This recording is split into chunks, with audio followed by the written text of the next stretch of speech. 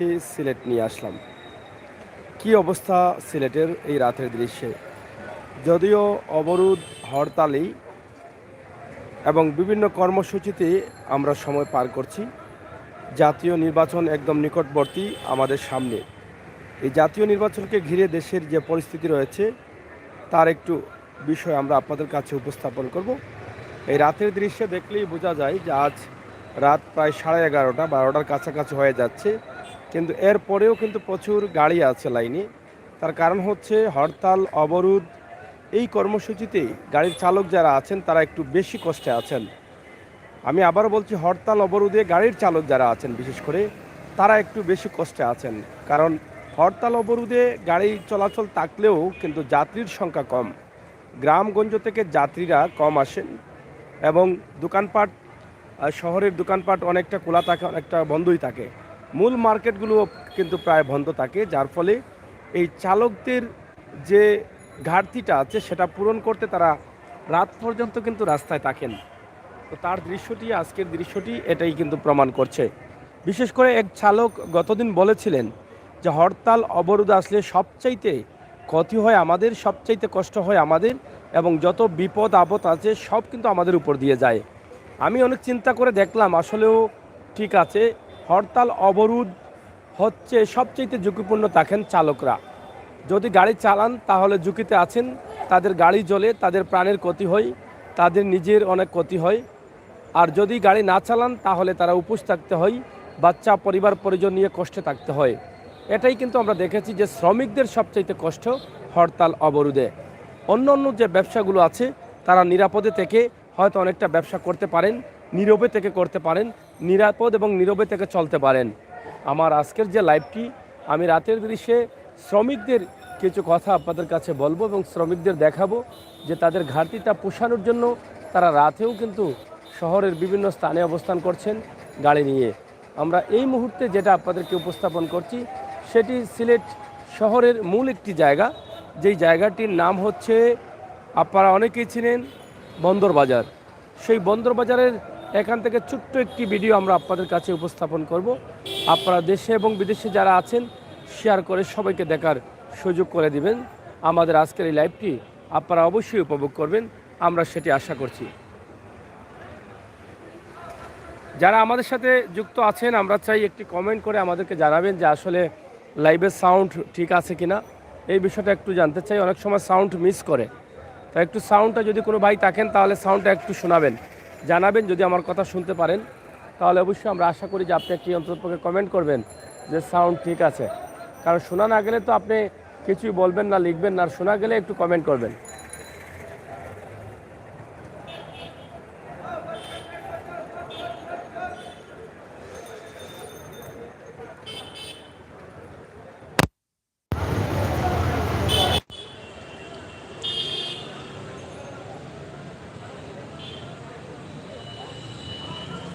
আর Dubai থেকে দেখছেন আমার ভাই এমডি সালাউদ্দিন ভাই লিখেছেন, ধন্যবাদ ভাই আপনাকে, আমি দুবাই থেকে দেখতেছি, থ্যাংক ইউ। এবং আরেক ভাই কমেন্ট করেছেন, হাই ভাই লিখেছেন, আল আরিয়ান ব্লগ, থ্যাংক ইউ।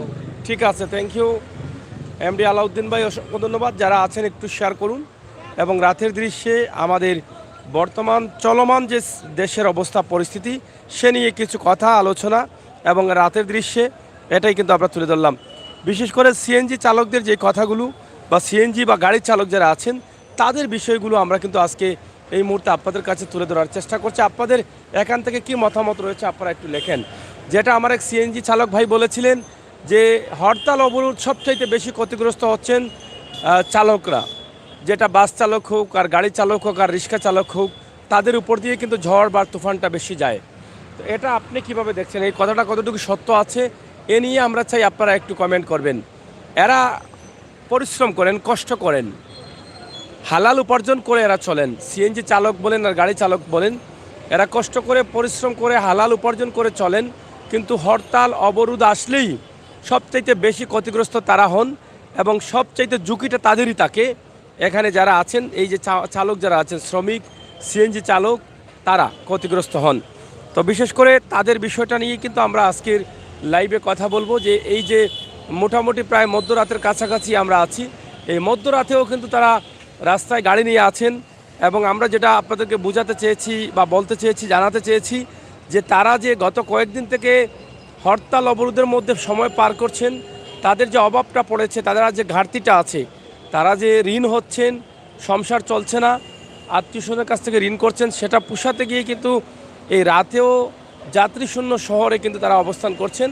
আশা করছেন যে যাত্রী আসবেন, যাত্রী আসলে হয়তো তারা নিয়ে যাবেন, হয়তো 2-4টা টাকা রুজু করতে পারবেন, এরকম আশা করে কিন্তু তারা আছেন।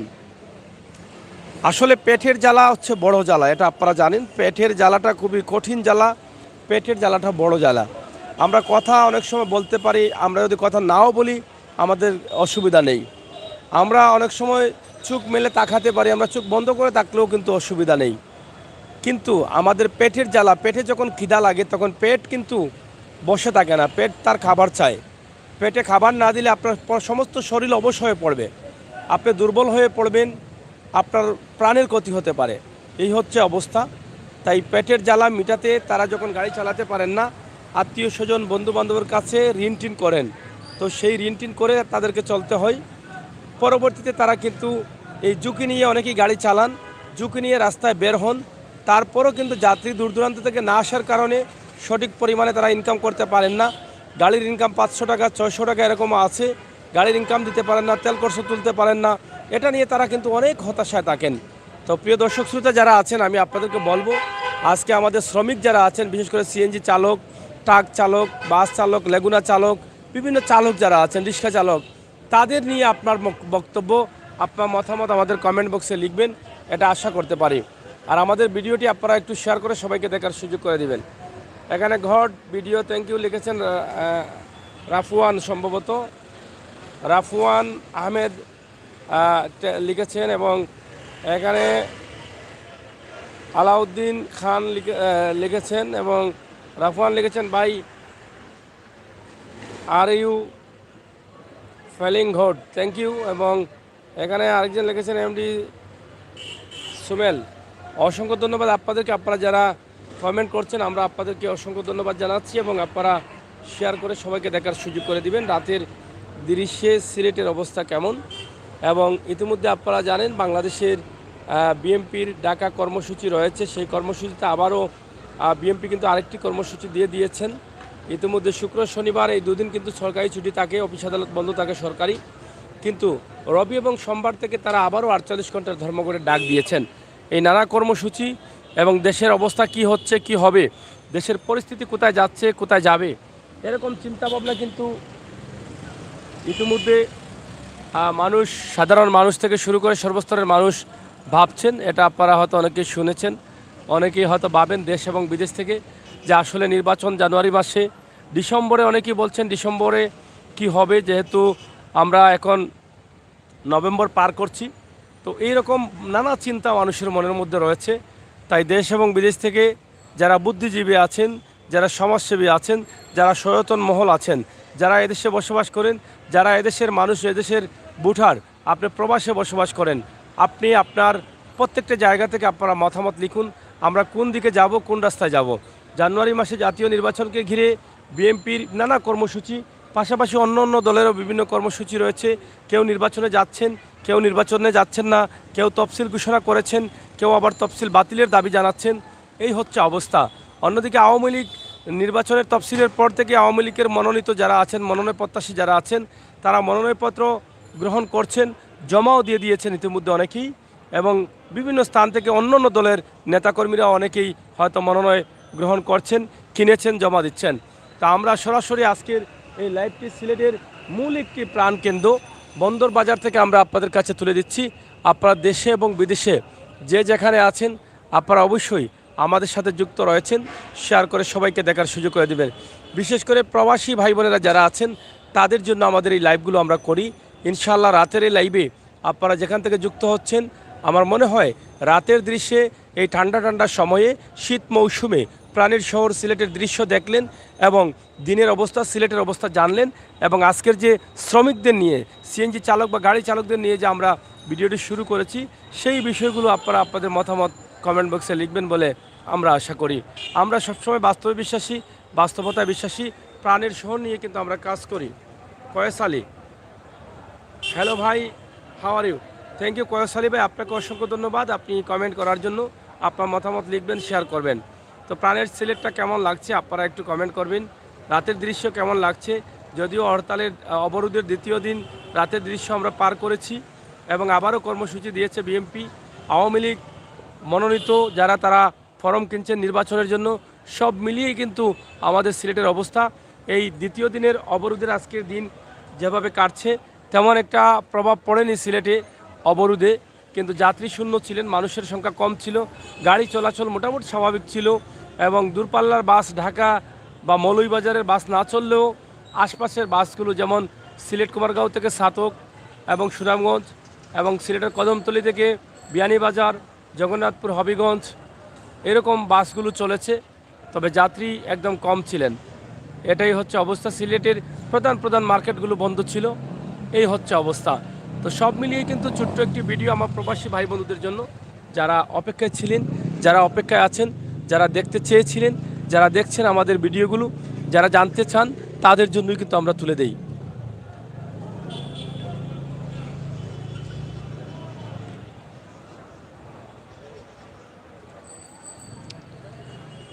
সরাসরি প্রাণের শহর সিলেট এবং সিলেটের অবস্থা রাতের দৃশ্যে আমরা আমার প্রবাসী ভাই বন্ধুদের জন্য আমাদের আজকের লাইভটি। আশা করি আপনারা আপনাদের মতামত কমেন্ট বক্সে লিখবেন, শেয়ার করে সবাইকে দেখার সুযোগ করে দিবেন।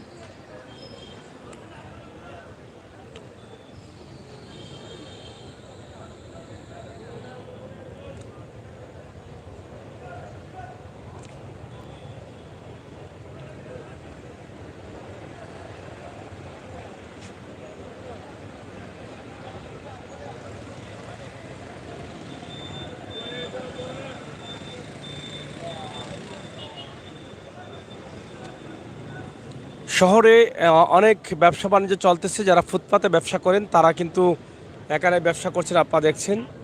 কারণ দিনে কাস্টমার না থাকার কারণে অনেক রাত পর্যন্তও কিন্তু তারা রাস্তায় আছেন। সবাই কিন্তু পেটের জন্য কাজ করছেন, যার যার জায়গা থেকে পেটে খেয়ে বাঁচা থাকার জন্যই কিন্তু ব্যবসা করার প্রয়োজন এবং সেই ব্যবসা করছেন। চালকরা গাড়ি চালাচ্ছেন। আমরা সব মিলিয়েই কিন্তু ছোট্ট এই ভিডিওটি আপনাদের জন্য করলাম। আপনাদের সকলের সুস্বাস্থ্য দীর্ঘ কামনা করছি। আপনারা যে যেখানে ছিলেন, যে যেখানে আছেন, সবাই ভালো থাকবেন, নিরাপদে থাকবেন। সিলেটের ম্যাগাজিন ফেসবুক পেজ এবং ইউটিউব চ্যানেলের সাথে থাকবেন। আমরা সবসময় বাস্তব বিশ্বাসী, বাস্তবতায় বিশ্বাসী। আমরা সবসময় চেষ্টা করি আপনাদেরকে সময় উপযোগী ভিডিও দিয়ে যেতে। তো দর্শকদের আবারও জানিয়ে দিচ্ছি, দেশ এবং বিদেশ থেকে যারা যুক্ত হচ্ছেন তাদের জন্য যে আগামী ২৬ এবং ২৭ নভেম্বর আবারও বাংলাদেশ জাতীয়তাবাদী দল বিএনপি হরতালের অবরোধের কর্মসূচি দিয়েছেন।